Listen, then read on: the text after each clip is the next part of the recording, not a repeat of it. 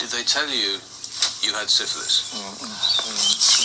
Nothing like that. They do that to draw my blood. We'll see you next time. That's it. That's it.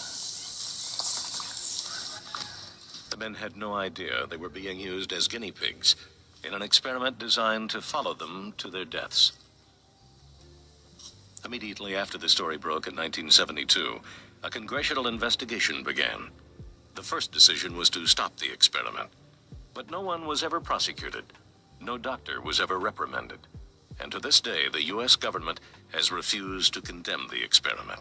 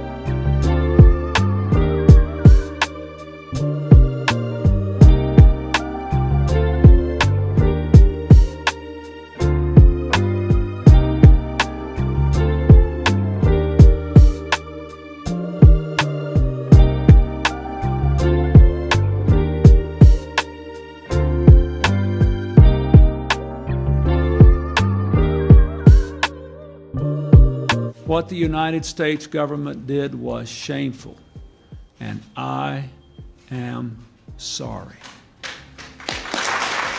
We have no idea how many wives, girlfriends, children inherited the disease and also died or were forever crippled by its effects. For 40 years, the U.S. government operated Public Health Service conducted what was known as the Tuskegee Syphilis Study, one of the darkest chapters in American history. Now, over 40 years after the study ended, we still don't know, and might never know, the full extent of its effects. And the study might have continued if not for a 1972 article from Associated Press reporter Jean Heller. Everyone who knew about this, to my way of thinking, everyone who knew about this and didn't blow the whistle, that didn't shout to high heaven, "This is wrong," is culpable. Syphilis was considered a national health crisis in the early 20th century. You don't know a thing about syphilis, except that you've got it. And many doctors at the time thought syphilis and other medical complications were affected by race. To study the disease, researchers found a population of poor, black, syphilitic sharecroppers in and around Tuskegee, Alabama during the Great Depression. Nearly 400 of the participants had syphilis, while another 200, the control group, did not. In the end, as many as 100 men died from complications related to untreated syphilis, and the message was very clear. Black deaths mattered. Medical doctors deliberately let them die, wanted them to die for what they could discover from their bodies later. How old were you when you first learned about the Tuskegee study? 23. The day you published this story, the day the story was published, did you know what was getting ready to happen? Yeah. I knew it would be explosive. After the story broke, and there was this incredible public outcry, Senator Kennedy had held very, very public congressional hearings on this. If they had been white, your public health service would never have agreed to do this study in the first place. They wouldn't have dared. The study and the aftermath are well documented in films and books, but there are still things we might never know, and for Heller, that goes back to the very beginning. I still have not heard the answer to the very simple question of why. They should have been able to determine after the first 3 or 4 autopsies that the inside of a black person ravaged by syphilis looks identical to the inside of a white person and stop the study.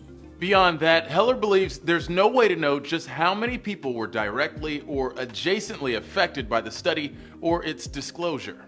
Survivors, victims of the study, and their families did win a $10 million settlement from the US government, and the study's disclosure led to modern medical ethics procedures. But Heller says more than 40 years later, there's still at least one lesson to be learned from the Tuskegee syphilis study. Those of us who recognize that this country has got so far to go, never quit fighting. The Tuskegee syphilis study, done illegally on 600 sharecroppers, lasted for 40 years, even though they had a treatment 10 years in. That treatment was penicillin, widely available by the mid-1940s, yet researchers chose to withhold it, leading to at least 100 deaths, 40 wives infected, and 19 children born with congenital syphilis. But it was hardly the only experiment. 1946, 5,000 Guatemalans were infected with syphilis, gonorrhea, and chancroid, done intentionally by the U.S. Public Health Service, without consent. A 2010 presidential commission confirmed those infections were deliberate, calling the program a gross violation of ethics. Survivors and families in Guatemala are still fighting for justice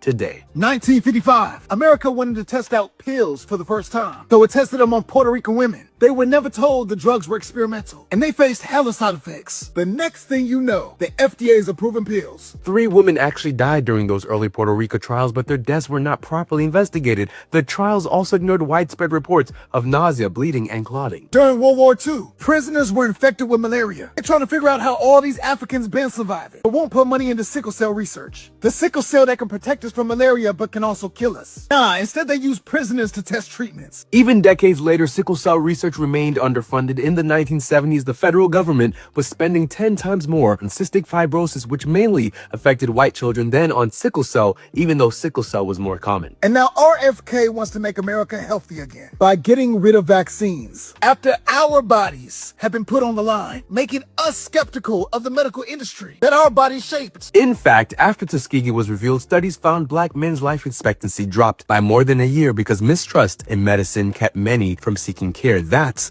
the cost of broken trust. And now the lessons he believes is get rid of vaccines instead of consent, transparency, and evidence-based care, with the communities most harmed at the table.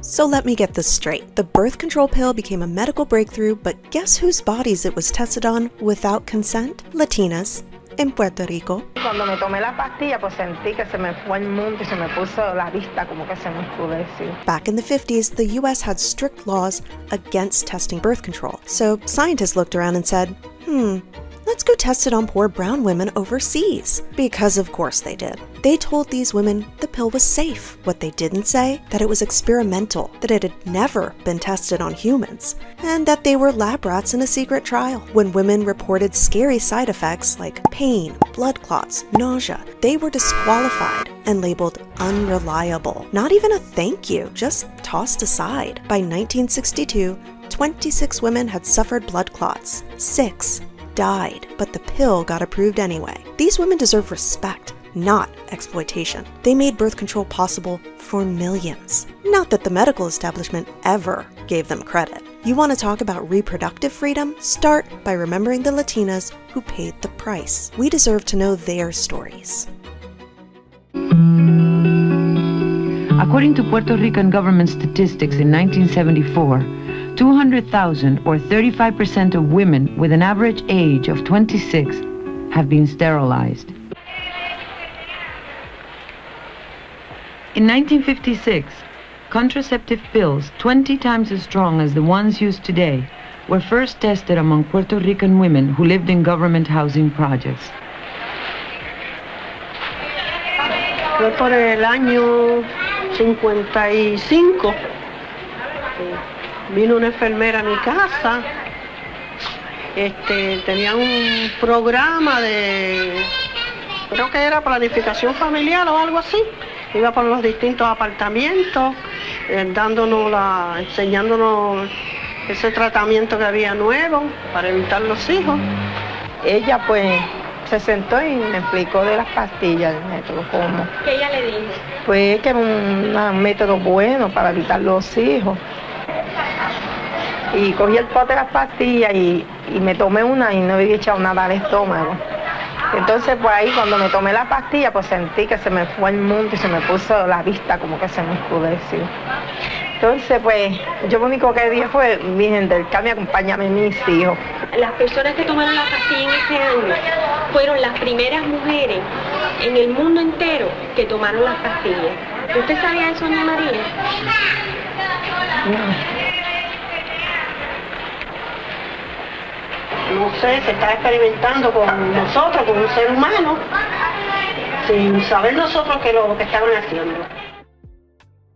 Dick Ravenholt, que es el que dirige la División de Planificación Familiar de AID, Agency for International Development, entiende que es un factor importantísimo el hacerle disponible y fácil de llegar al paciente los servicios de planificación familiar.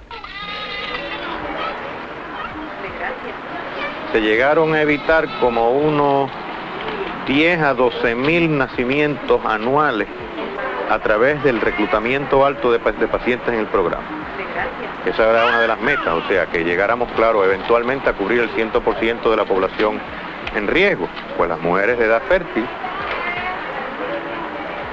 que se quedaron en la casa, los que tienen que oír el sermón. Esos son los que tenemos que traer, porque esos son los que nos van a ayudar a reducir la tasa de natalidad a cero crecimiento poblacional, que le digo que es a largo plazo, ¿verdad? Pero esos son los que van a poder bregar con el nivel de población sustitutiva de 2 personas por familia, ¿ves? De 2 personas por matrimonio, el two child families.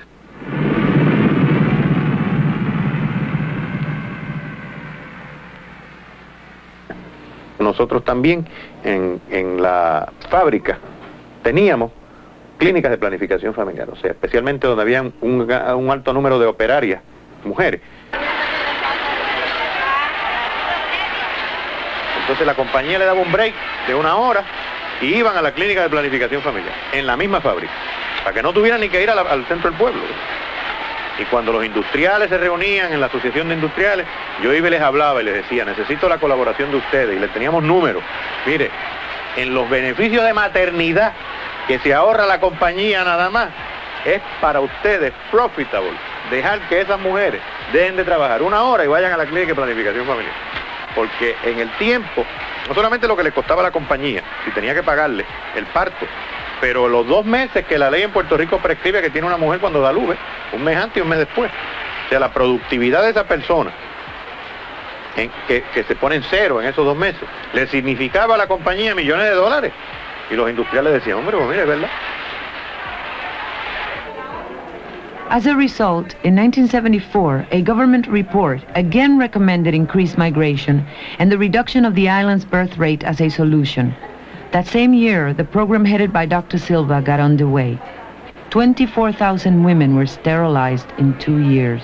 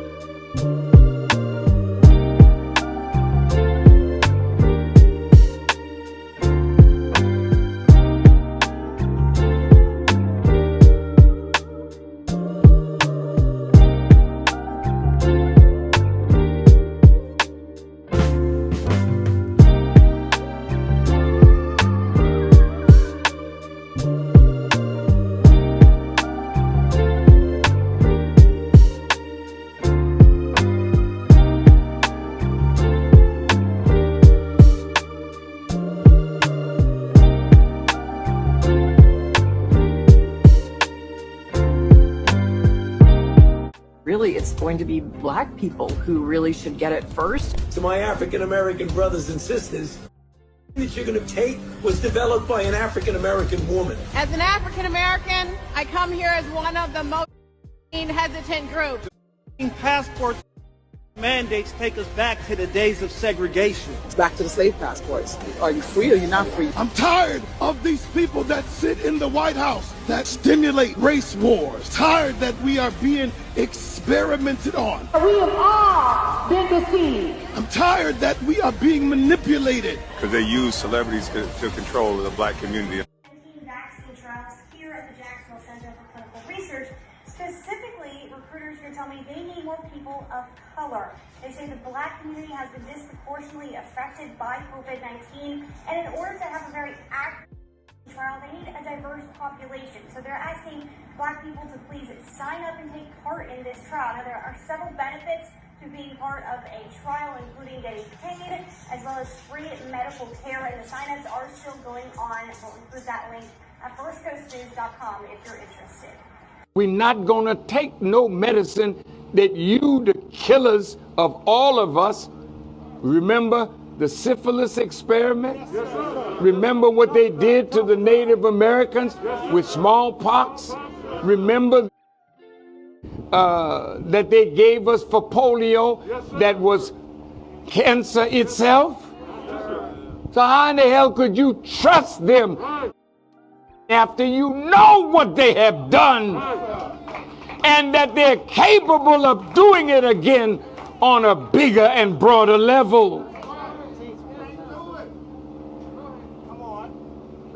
It's government policy to reduce the population of the earth by 2 to 3 billion people.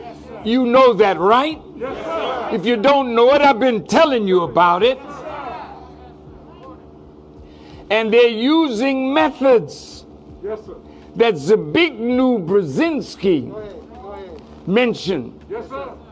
It's easier to kill 1 million people than it is to control 1 million people. Zbigniew was not playing. No, sir.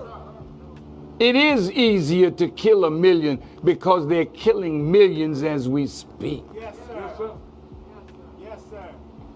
We will not accept your. Yes, sir. So you can slow down. Because whenever you bring it out, it's for your people. Yes, sir. You give it to them. Yes, sir. Because we're not accepting death. Because you are the very representative of death itself. The pale horse. And everywhere you've gone in the world, hell went right behind you. We are sick of hell. And we are sick of death. So all of you that have made a covenant with death, your covenant is going to be annulled. All of you who have made an agreement with hell, your agreement with hell will be broken. Yes, sir. So we know you well. Yes, sir. And we're watching you go to work in the hospitals to kill us. Yes, sir. We can't trust you no more, white folks. Yes, sir.